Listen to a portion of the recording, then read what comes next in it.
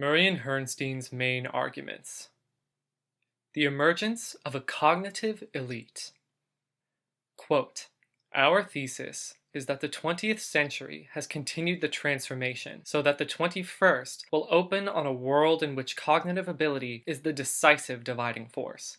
The shift is more subtle than the previous one, but more momentous. Social class remains the vehicle of social life, but intelligence now pulls the train. Governments can influence these forces, but cannot neutralize them." End quote.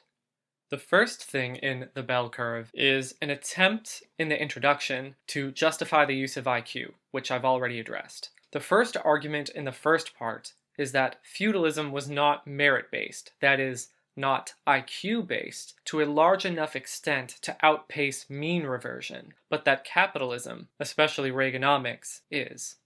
Quote, "Human society has always had some measure of cognitive stratification. The best hunters among the Bushmen of the Kalahari tend to score above the average of their tribe on modern intelligence tests, and so, doubtless, would have the chief ministers of Cheops, Egypt. The mandarins who ran China for centuries were chosen by examinations that tested for understanding of the Confucian classics, and, in so doing, screened for intelligence. The priests and monks of medieval Europe, recruited and self-selected for reasons correlated with cognitive ability, must have been brighter than average. This differentiation by cognitive ability did not coalesce into cognitive classes in pre-modern societies for various reasons. Clerical celibacy was one. Another was that the people who rose to the top on their brains were co-opted by aristocratic systems that depleted their descendants' talent, mainly through the mechanism known as primogeniture. Because parents could not pick the brightest of their progeny to inherit the title and land, aristocracies fell victim to regression to the mean. Children of parents with above-average IQs tend to have lower IQs than their parents, and their children's IQs are lower still. Over the course of a few generations, the average intelligence in an aristocratic family fell toward the population average, hastened by marriages that matched bride and groom by lineage, not ability." End quote. As if capitalism can't co-opt people?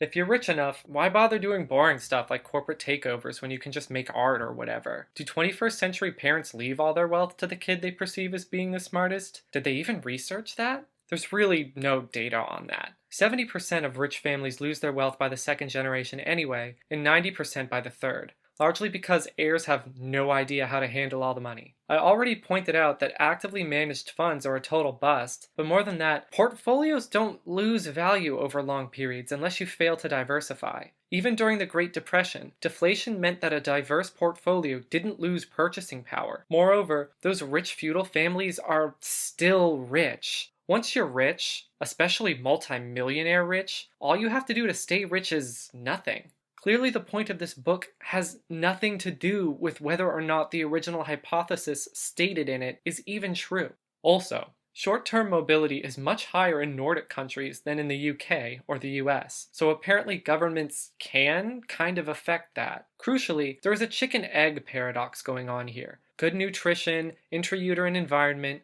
avoidance of environmental toxins, etc. all contribute to neurological development. Like I said before, IQ, economic outcomes, abilities, these things have a give and take dialectical relationship. You can't just say that one immediately causes the other. History isn't that simple. IQ has gone up over time in developed countries. How do you separate a history of wealth from high IQ? Murray and Herrnstein don't really try. Cognitive classes and social behavior. Murray and Herrnstein argue that IQ is a better predictor of socioeconomic outcome than parental socioeconomic status. Quote, "If you have to choose, is it better to be born smart or rich? The answer is unequivocally smart. A white youth reared in a home in which the parent or parents were chronically unemployed, worked at only the most menial of jobs, and had not gotten past 9th grade, but of just average intelligence, an IQ of 100, has nearly a 90% chance of being out of poverty by his or her early 30s. Conversely, a white youth born to a solid middle-class family but with an IQ equivalently below average faces a much higher risk of poverty, despite his more fortunate background." End quote. Murray and Herrnstein understate socioeconomic status through bad interpolation, and the IQ test they use correlates too highly with education. Moreover, parental socioeconomic status and IQ don't differ much in predictive power. At any rate, it's not really controversial to assert that some sort of ability, cognitive or otherwise, has a strong determination on life outcomes. But that's not really what's at issue with the bell curve, or the sorts of right-wing ideologies that fetishize competition or ability. The issue is that the bell curve argues that poverty and the problems associated with it, crime, failed relationships, participation in public life, illness and injury, inhere nearly exclusively in the poor, and that democratic or grassroots movements cannot help. This is fetishistic. These problems inhere in the political economic systems that produce them. Just look at the data Murray and Herrnstein produce vis-a-vis poverty reduction in the US. The New Deal came out of a synthesis between labor militancy, unionization, and electoral victories, not some kind of eugenics program. Another example would be the dissolution of the USSR. Crime exploded, and not just crimes associated with fighting over the dwindling resources as the post-Soviet economy collapsed. Sex crimes, intimate partner violence, and even child abuse got worse. Inasmuch as poverty can be defined by all these issues, capitalism apparently empirically causes poverty. The former USSR went from a full employment economy to a high unemployment economy practically overnight. Capitalism requires a reserve army of unemployed, otherwise the labor share of output rises, chokes profitability, and lowers growth. Quite like stagflation. Murray and Herrnstein just want opponents of capitalism to write off people suffering from no access to means of production as irrevocably stupid. There is an ideological issue at play here also that is more subtle, especially to those unfamiliar with certain socialist arguments. Socialists typically advocate for a society where workers are rewarded on the basis of the quality and quantity of their work. The USSR had a tiered system of payments where, say, electrical engineers were paid several times more than blue-collar workers. But that isn't the only model. In Towards a New Socialism, Paul Cockshott and Alan Cottrell argue that it is labor intensity and length that should determine remuneration, not necessarily the rarity of one's skills. That is, there were farmers for thousands of years before there were proper doctors. There can be societies without doctors. There cannot be societies without food. So, if someone can only become a doctor through a social labor process, wherein other people feed, clothe, and house them as they learn information collated by other people, why should doctors be rewarded more than farmers? The sort of poverty Murray and Herrnstein discuss is particular to a system in which the means of production are privately held. It is particular to a market economy. They want to sidestep all of this by droning on and on about IQ. The national context, aka the racist part.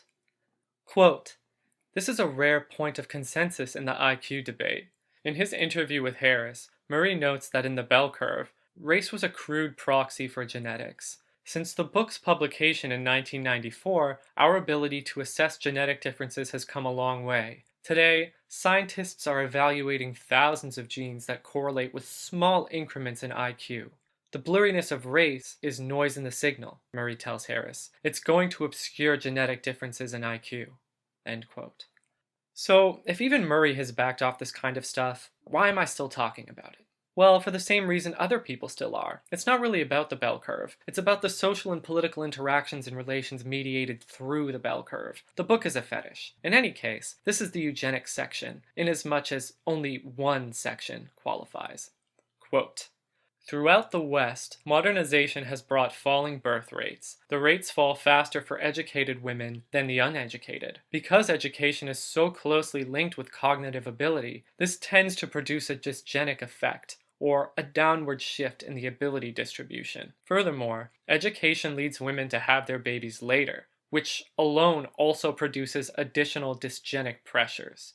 The professional consensus is that the United States has experienced dysgenic pressures throughout either most of the century, the optimists, or all of the century, the pessimists. Women of all races and ethnic groups follow this pattern in similar fashion. There is some evidence that blacks and Latinos are experiencing even more severe dysgenic pressures than whites, which could lead to further divergence between whites and other groups in further generations. The rules that currently govern immigration provide the other major source of dysgenic pressure. It appears that the mean IQ of immigrants in the 1980s works out to about 95. The low IQ may not be a problem. In the past, immigrants have sometimes shown large increases on such measures. But other evidence indicates that the self-selection process that used to attract the classic American immigrant, brave, hardworking, imaginative, self-starting, and often of high IQ, has been changing, and with it, the nature of some of the immigrant population." End quote. I mentioned already that we're shrinking, but it's also true that people living in the Nordic countries are still growing. Speaking of the Nordics, a recent study in Norway found that, quote, "the observed Flynn effect, its turning point, and subsequent decline can all be fully recovered from within family variation. The analysis controls for all factors shared by siblings and finds no evidence for prominent causal hypotheses of the decline implicating genes and environmental factors that vary between, but not within, families." End quote. In other words, it's not genes, it's environment. In fact, there's not even evidence that low education women or low IQ men have more children. Bratsberg and Rogeberg found the opposite to be the case. But the real focus of this isn't about bemoaning the birth rate of US brood mares. It's about arguing that the problems associated with race and immigration inhere in racial minorities and immigrants. Quote, "Neuroimaging research, reviewed by McDaniel, 2005, suggests a small but consistent relationship between brain volume and intelligence, especially in frontal and parietal brain areas. Nevertheless, research using modern methods of molecular genetics, advanced brain imaging technology, and large sample sizes has failed to detect any relation between genes, brain anatomy, and IQ, or between genes, brain anatomy, and race." End quote. In the section on race, it was shown that racial groups differ in DNA by about 0.01%. Given that we can recover the Flynn effect, the tendency of IQ to rise over time, and a possible reverse Flynn effect, the tendency of IQ to decline over time, totally within families, i.e. without recourse to the sorts of genetic arguments favored by eugenicists, that would seem to be case closed. So, what is causing racial minorities in the US to lag behind, if not genetic Calvinism? There has been no change in black segregation over time. The black-white wealth gap is the same today as it was in the Jim Crow era, possibly even worse. In fact, black incomes and wealth are so low that they functionally don't even accrue wealth during their working years, like white people do.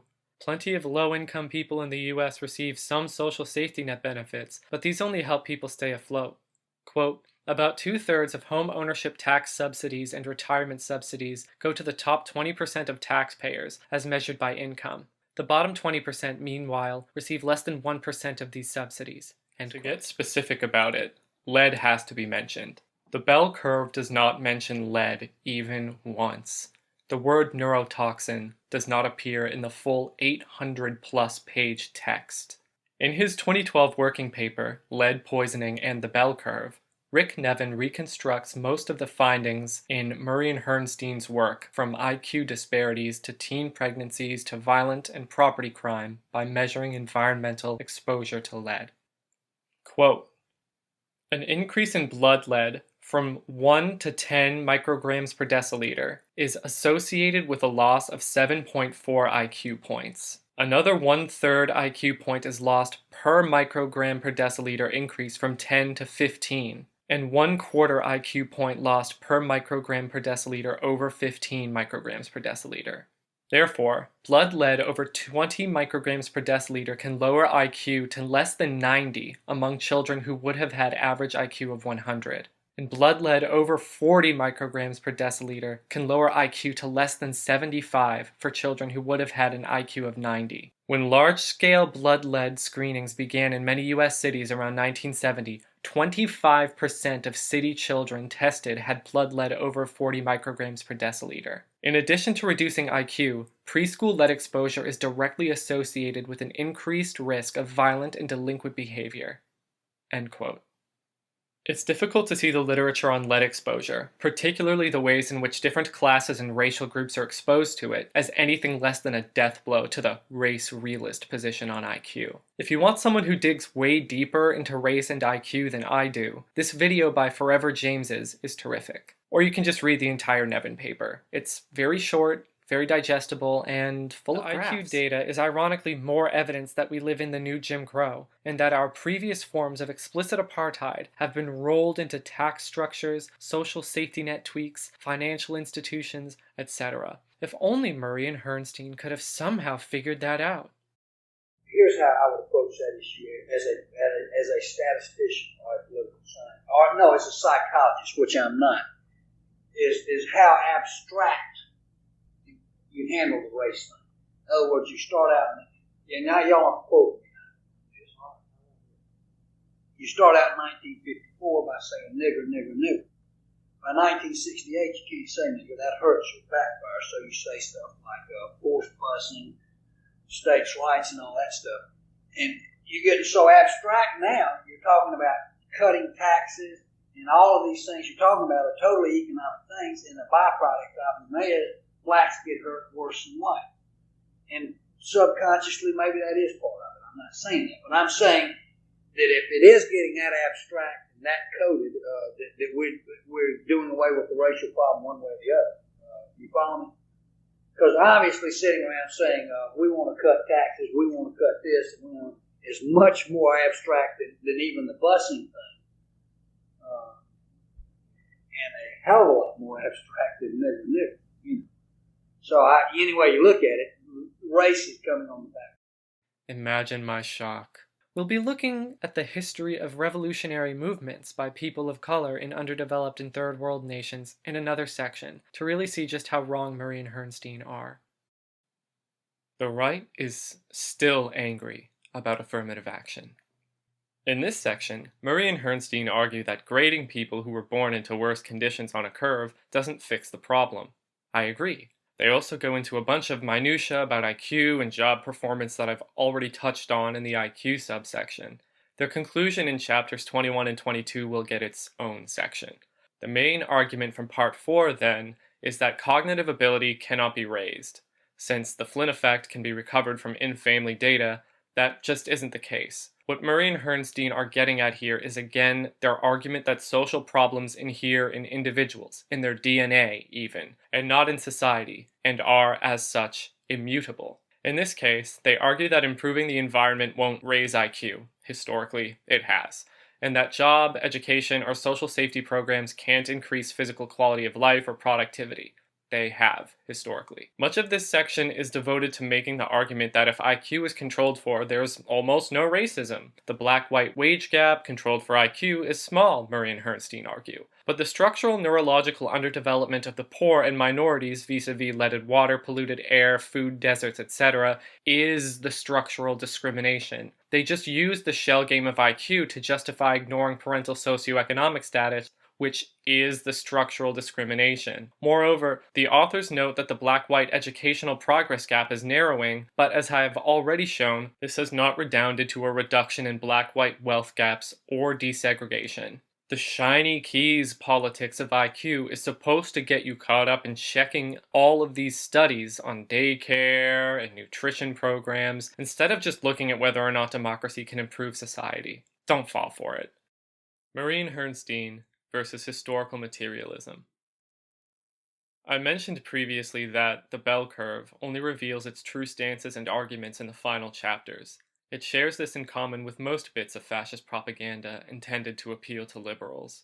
Murray and Herrnstein offer what is essentially a form of defeatism. They don't explicitly argue that bourgeois democracy should be abolished, only that it would be good to functionally abandon it because it's useless. In their eyes, working class organization, i.e. unions, democracy, is artificial and bad, whereas capitalist class organization, i.e. corporations, money, is natural and good. I will quote their solutions to our problems at length.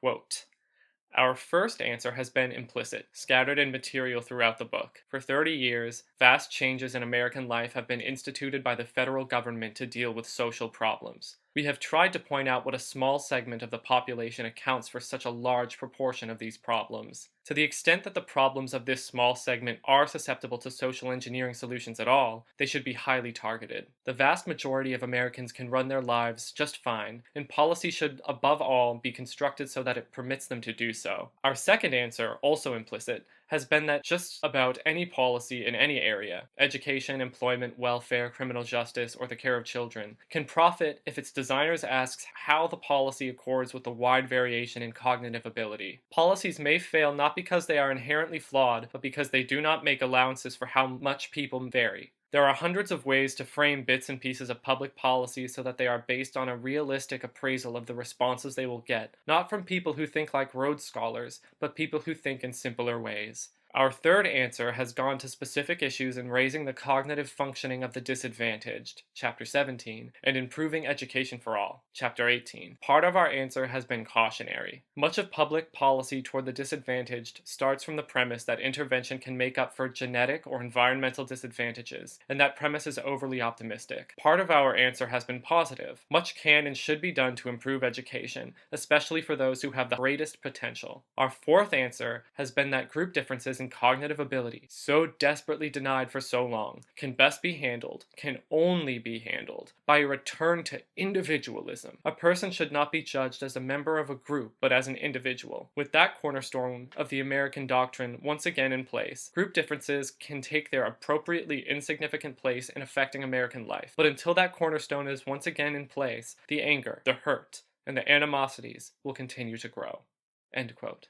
The chapter this is taken from is more or less centered around a kind of genetic defeatism combined with Luddite make-work programs to give people artificial purpose without affording them any meaningful control over their lives. It's hard to imagine what sort of individualism might be enjoyed by someone who is considered to be a faceless, interchangeable subhuman by the people with all the resources and all the weapons. Are there individuals living in ghettos, in the Gaza Strip? Are the journalists and first responders gunned down in the infamous collateral murder videos leaked by Chelsea Manning individuals? What about the people being sold in open slave markets in post-intervention Libya? What about the millions of Iranians or Venezuelans being suffocated by US sanctions? Are they individuals? What about the tens of thousands of LGBT minors in conversion therapy, living in conditions that often amount to those found in concentration camps? Are individuals born into abandoned coal towns or deserted red line districts? I digress. The economic analysis brought forward in the bell curve never mentions unionization with regards to stagnant wages, and asserts in myriad ways that government programs cannot really help in the long run. This is what they have to say with regards to a living wage. Quote, "The evidence about cognitive ability causes us to be sympathetic to the straightforward proposition that trying hard ought to be rewarded. Our prescription, borrowing from the case made by political scientist David Ellwood, is that people who work full-time should not be too poor to have a decent standard of living, even if the kinds of work they can do are not highly valued in the marketplace. We do not put this as a principle of government for all countries. Getting everybody out of poverty is not an option in most of the world, but it is appropriate for rich countries to try to do. How? There is no economically perfect alternative. Any government supplement of wages produces negative effects of many kinds. Such defects are not the results of bad policy design, but inherent. The least damaging strategies are the simplest ones, which do not try to oversee or manipulate the labor market behavior of low-income people, but rather augment their earned income up to a floor. The earned income tax credit, already in place, seems to be a generally good strategy, albeit with the unavoidable drawbacks of any income supplement. We will not try to elaborate on these arguments here. We leave the income issue with this. As America enters the 21st century, it is inconceivable that it will return to a laissez-faire system regarding income. Some sort of redistribution is here to stay. The question is how to redistribute in ways that increase the chances for people at the bottom of society to take control of their lives, to be engaged meaningfully in their communities, and to find valued places for themselves. Cash supplements need not compete with that goal, whereas the social welfare system that the nation has developed in the 20th century most definitely does. We should be looking for ways to replace the latter with the former." End quote.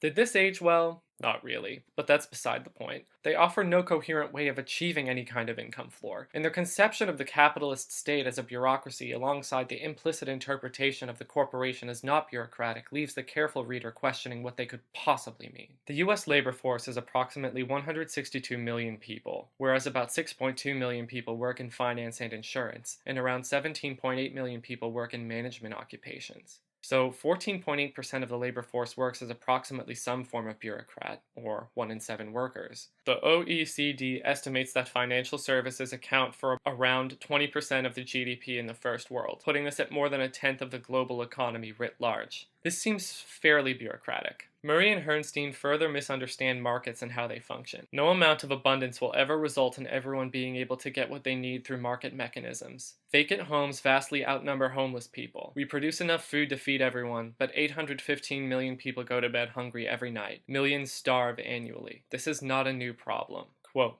"The works of the roots of the vines, of the trees, must be destroyed to keep up the price. And this is the saddest, bitterest thing of all. Carloads of oranges dumped on the ground. The people came for miles to take the fruit, but this could not be. How would they buy oranges at 20 cents a dozen if they could drive out and pick them up? And men with hoses squirt kerosene on the oranges, and they are angry at the crime, angry at the people who have come to take the fruit. A million people hungry, needing the fruit, and kerosene sprayed over the golden mountains, and the smell of rot fills the country. Burn coffee for fuel in the ships. Burn corn to keep warm. It makes a hot fire. Dump potatoes in the rivers and place guards along the banks to keep the hungry people from fishing them out. Slaughter the pigs and bury them, and let the putrescence drip down into the earth. There is a crime here that goes beyond denunciation. There is a sorrow here that weeping cannot symbolize. There is a failure here that topples all our success.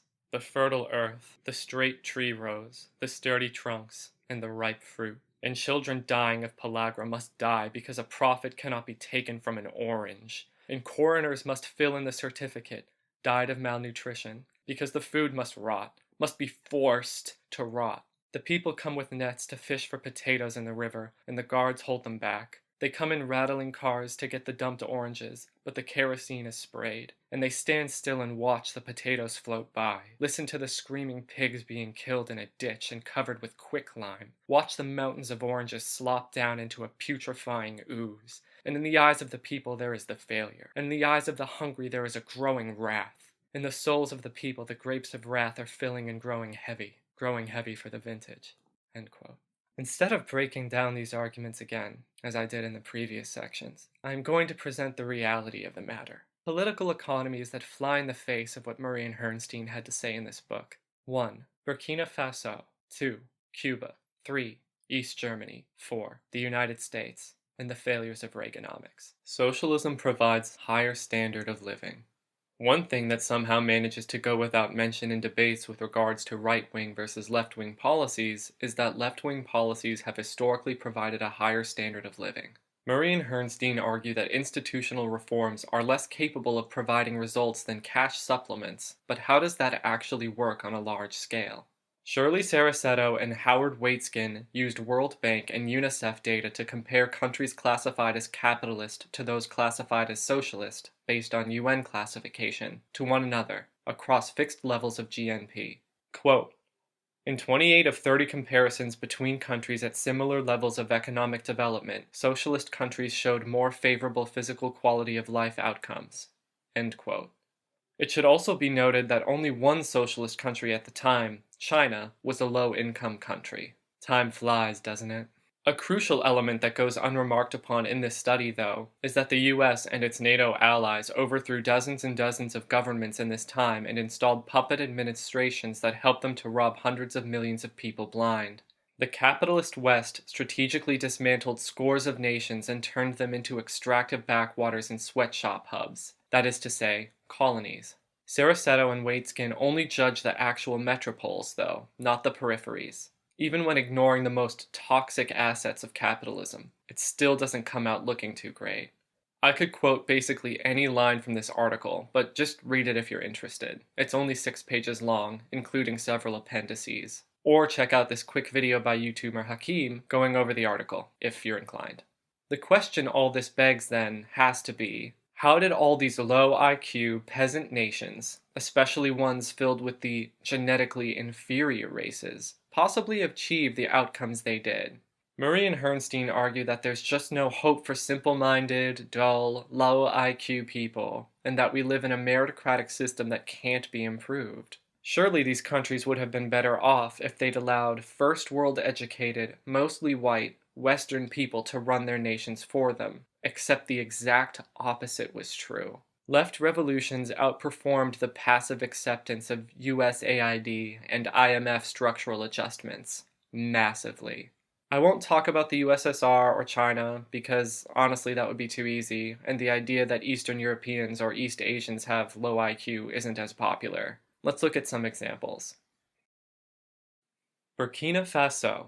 According to the CIA World Factbook, quote, Burkina Faso, formerly Upper Volta, achieved independence from France in 1960. Repeated military coups during the 1970s and 1980s were followed by multi-party elections in the early 1990s. Former President Blaise Compaoré, 1987 to 2014, resigned in late October 2014 following popular protests against his efforts to amend the constitution's two-term presidential limit. An interim administration organized presidential and legislative elections, finally held in November 2015, where Roch Kabore was elected president. The country experienced terrorist attacks in its capital in 2016, 2017, and 2018, and continues to mobilize resources to counter terrorist threats. Burkina Faso's high population growth, recurring drought, pervasive and perennial food insecurity, and limited natural resources result in poor economic prospects for the majority of its citizens. End quote. 80% of the population is engaged in subsistence farming, and the economy, largely dictated by the IMF, relies on exports of gold and cotton. Not content with omitting only commas, the actual CIA leaves out perhaps the most significant political figure in the history of Burkina Faso. Indeed, the man responsible for renaming the former French colony to begin with, Thomas Sankara. Among other notable endeavors, Sankara advocated for food sovereignty and ecological revival, essentially sustainable agriculture and economic independence. Quote, the program re-established a culture of people-led grassroots tree planting. This mixing of forest lands and farmlands was historically practiced throughout West Africa, but the practice had been suffocated by the colonial domination of land use. Sankara re-linked the practice of tree planting to pre-colonial tradition, emphasizing both the usefulness of tree planting as well as valorizing it as custom of Burkina. The programs were enormously successful. In 4 years, 10 million trees were planted across the Sahel. Meanwhile, Jean Ziegler, the former UN Special Rapporteur on the right to food, declared that hunger had been eradicated in Burkina. End quote. How did the IMF, World Bank, NATO takeover of this low IQ peasant nation somehow manage to result in worse outcomes? Surely, the managers and experts appointed by these august bodies were well-bred, high IQ wunderkinds far more capable than the people of Burkina Faso. Is the IQ equals economic destiny model just foolish? I think it is. I think the idea of IQ is pretty fishy, but that's not even necessarily what is going on here. Maybe all these high IQ white-collar types really are better at creating profitable corporations. Maybe the creation of profitable corporations is just not a good thing for most people, which is something from the previous sections. That kind of loops in on itself, though. If the maximization of profit is bad for the majority of the global population, why are all these high IQ people dedicated to the task? Ultimately, this fixation on psychometrics raises more questions than it answers. More is going on here than the Murray and Herrnstein framework even attempts to answer. Next example. Cuba. I want to talk about Central and South America. Is it even possible in this day and age to discuss leftist policies without discussing Venezuela? I hesitate to get into this topic because whereas the dominant political force in Venezuela may be socialist, its economy is not. This is something the right was quick to remind people of when Venezuela was doing well. You can check out this video by Bad Mouse Productions. I'd be happy to compare Venezuela's outcomes to, say, Honduras or Colombia, but it would be rather misleading given that Venezuela has massive oil reserves. I could compare Venezuela to other oil exporting countries, but would anyone watching this prefer to live in Somalia, Saudi Arabia, or the UAE? I think a better comparison would be to take Cuba instead. Cuba has a socialist economy, and it doesn't have windfall levels of natural resources. Cuba outperforms other Latin American countries in life expectancy, infant mortality, maternal deaths, and literacy. This has held beyond the dissolution of the USSR, meaning that Cuba maintains better physical quality of life outcomes through a total embargo than other Latin American countries that have been fully integrated into global capitalism. There's just no argument to be made for third world capitalism. These nations are clearly giving more than they're getting. The global south loses $3 trillion net annually to the global north. Although Cuba actually has a greater life expectancy than the United States, 80 years versus 78 years. So clearly not everyone in the first world is benefiting from this arrangement. East Germany. One of the biggest gotchas within political economic discourse with regards to socialism versus capitalism is the comparison between the GDP of West and East Germany. At the time of the 1949 split, West Germany had a GDP per capita 43% higher than East Germany. At the 1989 reunification, East Germany had a per capita GDP 44% below West Germany.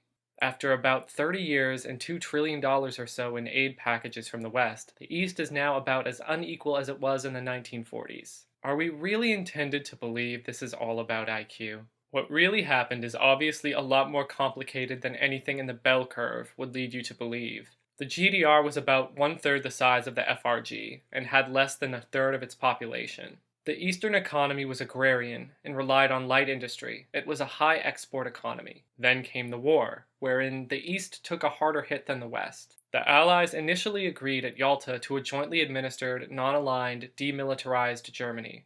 A Germany that would help to repair the nations it destroyed. That didn't happen.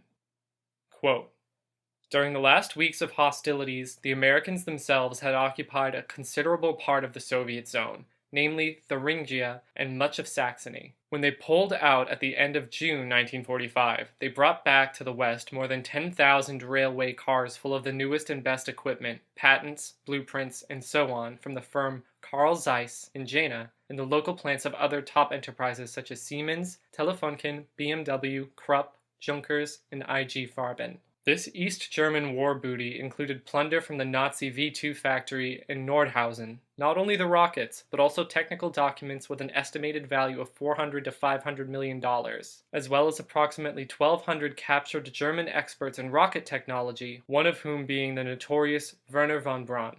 End quote. And what of the reparations? Quote, the Allies agreed at Yalta that a post-war Germany would pay the Soviet Union $10 billion in compensation for the damages inflicted on the USSR during the war. This is a paltry sum compared to the more realistic estimate of $128 billion arrived at after the war, and yet the Soviets were shortchanged on even this meager sum. The USSR received no more than $5.1 billion from the two German states, most of it from the GDR. The Soviets took $4.5 billion out of East Germany, carting away whole factories and railways, while the larger and richer FRG paid a miserable $600 million. The effect was the virtual deindustrialization of the East. End quote. To their credit, West Germany did pay reparations to Israel, although it was a rather small sum, not at all like the roughly 25% of all economic output the GDR paid to the Soviets up through 1953. Moreover, the economy of East Germany had to be completely reconstructed. Quote, because it could no longer rely on its former system of internal and external trading, the Soviet zone of occupation had to be restructured and made more self-sufficient through the construction of basic industry. Such an economic strategy was also dictated by the Stalinist pronouncement that the newly established people's democracies in Eastern Europe were to replicate the Soviet economic strategy, which emphasized heavy industry and a trade denial policy bordering on autarky. For East Germany, this meant building iron and steel plants and increasing the country's capacity to produce chemicals and heavy machinery regardless of the cost such a strategy imposed on living standards. End quote. To top it all off, around 10% of the East German population left for the West prior to 1961, drawn by the shorter working hours, higher pay, consumer goods, and often outright bribes of the West, apartments, compensation for lost property, interest-free loans, and more. Quote, the result is that the gross domestic product of GDR 1989 was 558% higher than in 1950. In the FRG, it was 534% higher. End quote. Can it be said that East Germany would have surpassed the West? Not really, not from that data. Still, that's a very capitalist way of looking at these economies. It's significant enough to note that, quote, real economic growth in all of Eastern Europe under communism was estimated to be higher than in Western Europe under capitalism, as well as higher than that of the USA, even in communism's final decade, the 1980s, end quote. But that's not the point of socialism, really. Quote, since the opening of the Berlin Wall and the annexation of the GDR by the FRG in 1990, the former East Germany has been transformed from a rapidly industrializing country where everyone was guaranteed a job and access to a growing array of free and nearly free goods and services, to a deindustrialized backwater teeming with the unemployed, where the population is being hollowed out by migration to the wealthier West. The Easterners, a New York Times article remarked in 2005, are notoriously unhappy. Why? Quote, because life is less secure than it used to be under communism. End quote. That's what socialism is actually about. The security. Zero unemployment, higher education, healthcare and childcare, all free or nearly so, heavily subsidized housing. The GDR was training doctors to send to places like Mozambique, which were being napalmed straight to hell by a Portugal desperate to maintain its colonies. Choosing one of these models over the other doesn't have much to do with how intelligent you are. It has to do with your priorities, your empathy, and your desires. West Germany siphoned wealth out of third world sweatshops and washed its hands of World War II, and still underperformed the economic growth of East Germany. The vast policy differences are lost to the sands of time. All people really care about in capitalist nations is that the West was wealthier. It's a bit fetishistic, really. Capitalism was brought to the East, resulting in real economic output dropping by 30 to 40%. The unemployment rate skyrocketing from effectively 0% to double digits, and the premature deaths of millions of people. We'll see later how this kind of loss of security and protracted economic crisis is exactly the landscape fascism flourishes in. I'm bringing up East Germany here because Murray and Herrnstein bring it up in the bell curve. In fact, a lot of people who write on IQ bring it up because the IQ in East Germany was recorded as being so much lower than in West Germany. In the case of a split Germany, what you can see is that IQ doesn't predetermine economic progress, nor does it necessarily predict some kind of morality either. The Stasi really had its issues, but the GDR didn't sell weapons of mass destruction or subsidize and profit off of genocide throughout Asia. It's a low bar, but still. The United States.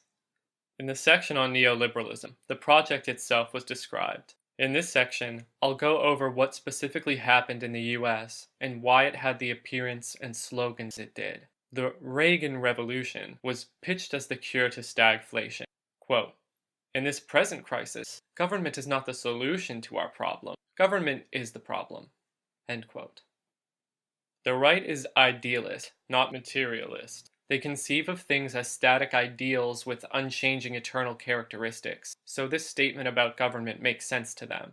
Indeed, US politics is often about Republicans arguing absolutely for capitalist corporations and capitalist federalism, and Democrats arguing somewhat for the capitalist state and capitalist centralism. Americans see the state as devoid of any class character. But what's really happening here? What is the capitalist state? Who is doing what to whom materially? How are they in a position of material power to do these things? What tangible benefit do they get by behaving in this manner? There is a famous Princeton study showing that the US is an oligarchy where legislative outcomes have no correlation with popular opinion, but a very strong correlation with the desires of the capitalist class. This is who owns the state, the same people who own everything else. Who administers the state? The typical Congress member is 12 times wealthier than the average American. Most of them inherited wealth, and many are the same kinds of high-end white-collar professionals that administer basically every corporation. How do they get elected? Money.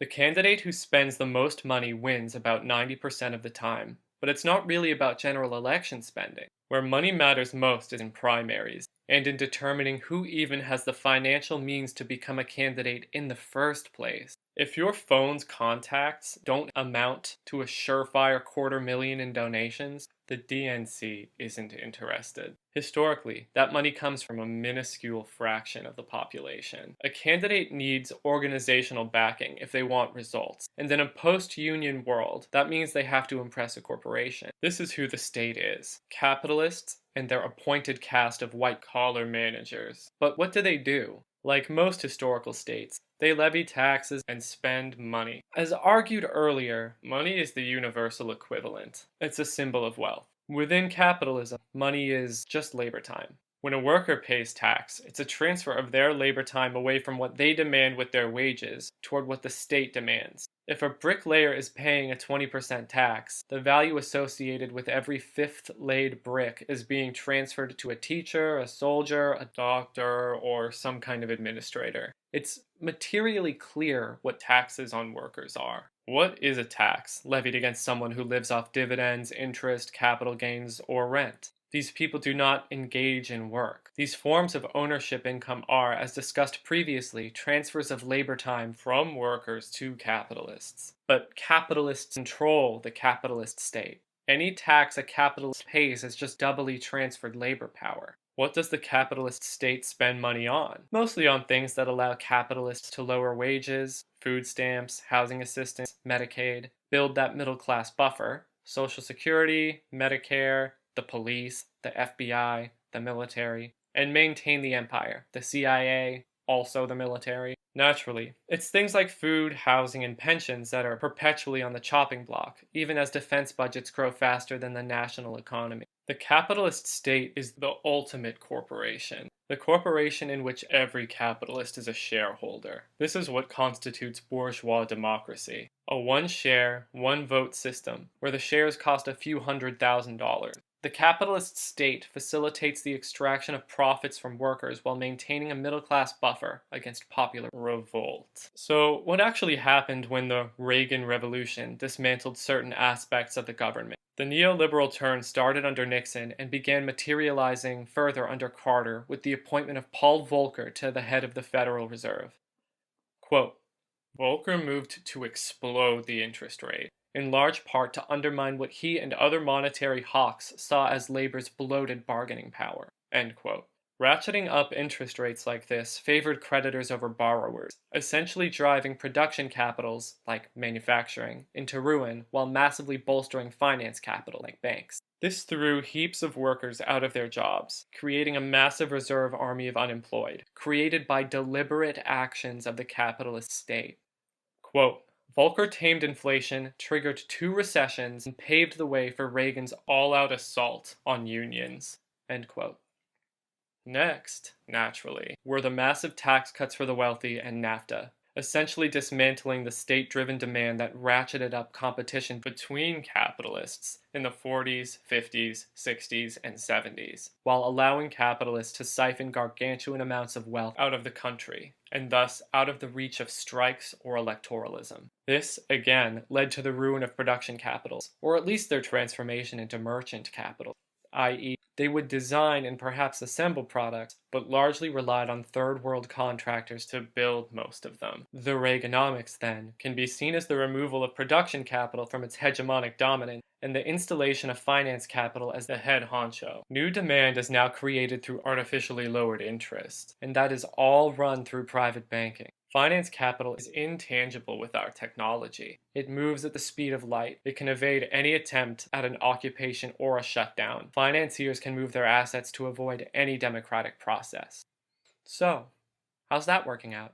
There has been a large move away from investing in real, productive capital and toward intangibles like patents, stock buybacks, and licensing. Whoa.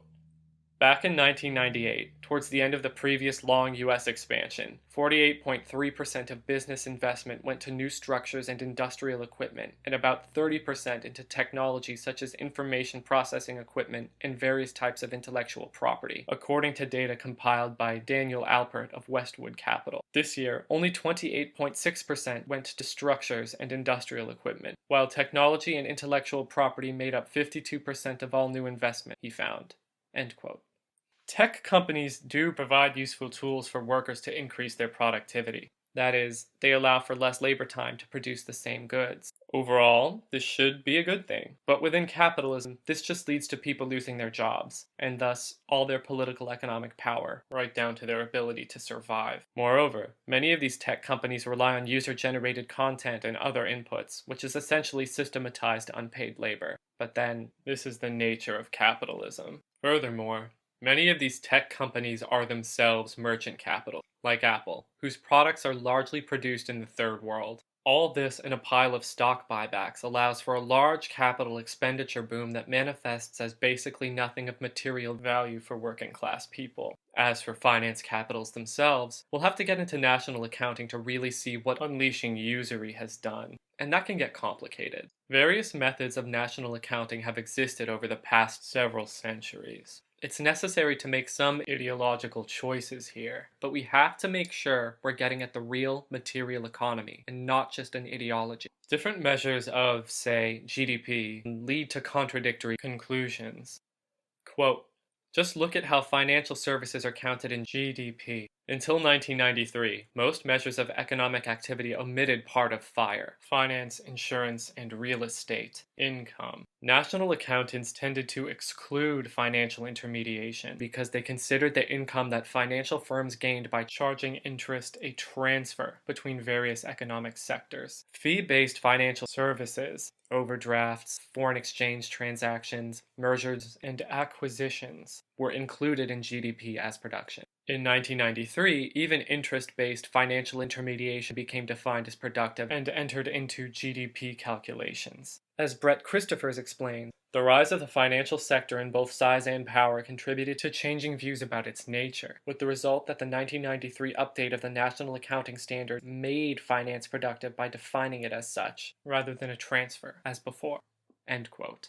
It's clear to me that planning out acquisition of inputs for a project is a necessary aspect of production, and so such financial planning can be seen as productive. Collecting rents, on the other hand, will always be pure parasitism. It may be organizationally necessary within capitalism, but it is not materially necessary. What is the result of this change in accounting? FIRE now accounts for more than 1/3 of the US GDP. Quote, recent years have witnessed a growing divergence between the economic picture painted by GDP on the one hand, and one suggested by employment figures or standard of living measures such as median income on the other. The last 3 recessions in the US, for example, have been followed by jobless recoveries. GDP rose while unemployment rates remained high and new jobs numbers stagnated. GDP per capita has also diverged dramatically from median income, and thus from the average person's experience of the economy. The average standard of living has stagnated since 1987, while standard GDP per capita shows a 47% improvement, peaking in 2007. End quote. Another issue with GDP is that throwing anything into the capitalist sector can inflate GDP, which is one of the major driving factors behind austerity. As public pensions, healthcare, and transportation declines, people are forced to look to finance for solutions, such as student loans, medical debt, 401ks, and auto loans. This is tied directly to a decreased standard of living and decreased amounts of useful goods and services, even as the GDP goes up. This isn't real economic growth. It's a ledger in a nationwide debtor's prison. Quote, unlike other sectors that produce goods and services, FIRE mostly creates and trades financial assets. In other words, FIRE creates and trades exchange value, money and credit, rather than producing use value, a good or service that can be consumed directly. In short, including FIRE in GDP provides an erroneous picture of the amount of goods and services that our economy creates. End quote. The truth is, adjusting GDP to consider FIRE revenues as a cost and not as production produces a figure that correlates in lockstep with employment figures and median income. Framing FIRE this way, of course, is commensurate with the assertion that FIRE revenue is the cost we all pay for the right to produce the real economy, largely the rents we pay to middlemen, and then it becomes very obvious that we're being taken for a ride. FIRE becomes something to minimize or eliminate, and not a valuable sector whose masters should run the world. This is something that typically comes across as very obvious to people who oppose socialist economies. But the capitalist aversion to economic planning rarely survives contact with Wall Street. Seeing usury as fundamentally extractive begs the question of why we haven't eliminated this sector by now. Productivity gains have stagnated. Quality of life is starting to decline. Putting the aristocratic masters of the universe into a position of unquestioned power hasn't led to a rising tide lifting all boats, although we are melting the polar ice caps. The inspiring and/or depressing history of class struggle is a necessary aspect of understanding the motivations behind left politics and, in my opinion, history itself. The final part will examine far-right political movements through this lens, and close out with an examination of how fetishism operates within the psychology of fascists.